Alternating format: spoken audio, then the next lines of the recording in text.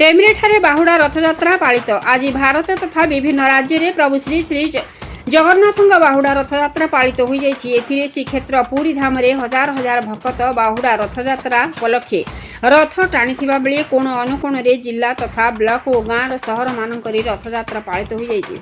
विश्वास जे भगवान श्री जगन्नाथ महिमा अत्यंत निहारा। से जुग जुग धरी निज अवतार नहीं भक्तों विभिन्न रूप से मानव को उद्धार करी जगत कल्याण पाई निज रूप बदलाई।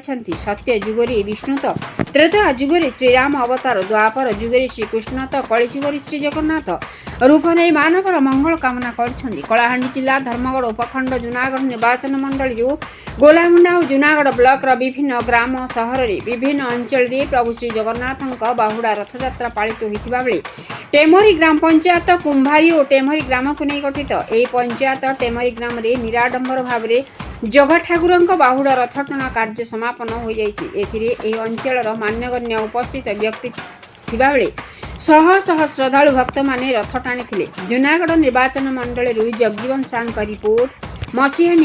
आपण मसीहा न्यूज यूट्यूब चैनल को सब्सक्राइब कले कि जदि करना एबे करनियंतु। एहा सह मसीहा न्यूज रो फेसबुक पेज को और ट्विटर को फॉलो करंतु। ता सह मसीहा न्यूज रो ऐप आसी गलानी निज मोबाइल रो प्ले स्टोर रो डाउनलोड करनियंतु। जय जगन्नाथ।